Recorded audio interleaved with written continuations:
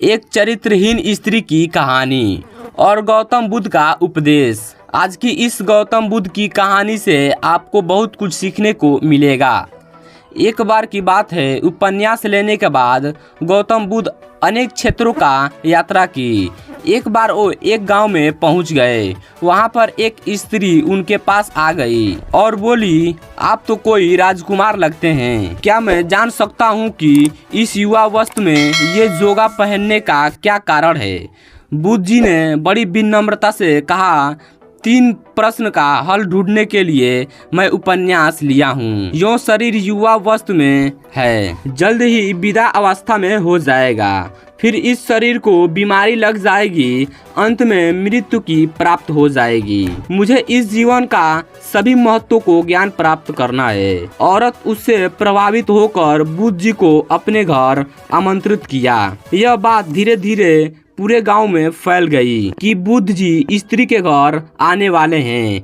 तो सभी गांव वाले बुद्ध के पास आ गए और उनसे कहने लगे कि प्रभु कृपया करके आप उस स्त्री के घर भोजन करने न जाएं, क्योंकि वो औरत चरित्रहीन है। तब बुद्ध ने गांव के मुखिया से पूछा, क्या आप मानते हैं कि यह स्त्री चरित्रहीन औरत है? तब मुखिया ने कहा, प्रभु मैं शपथ लेके कह सकता हूँ कि यह बुरे चरित्र वाली स्त्री है। कृपया करके आप उस औरत के घर भोजन करने न जाएं। तब बुद्ध ने मुखिया का हाथ पकड़ा और उसे ताली बजाने को कहा।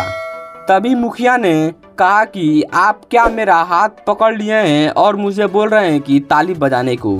क्या एक हाथ से ताली कहीं बज सकती है? तो मुखिया की बात पर बुद्ध ने बोले, ये स्त्री स्वयं चरित्रहीन कैसे हो सकती है?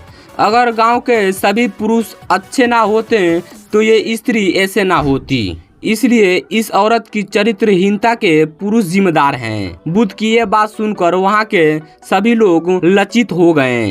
तभी से वहाँ के लोगों का आस्तिका जीवन ही बदल गया और उस गांव में पूरे लोग अच्छे से रहने लगे। तो दोस्तों, आपको इस कहानी में क्या समझ में आया, आप कमेंट सेक्शन बॉक्स में जरूर बताइएगा। और आप इसी तरह के कहानी सुनना चाहते हैं तो आप चैनल को सब्सक्राइब कर दीजिएगा और दोस्तों वीडियो को लाइक शेयर कर दीजिए। फिर हम अगले वीडियो मिलते हैं, तब तक के लिए जय हिंद जय भारत।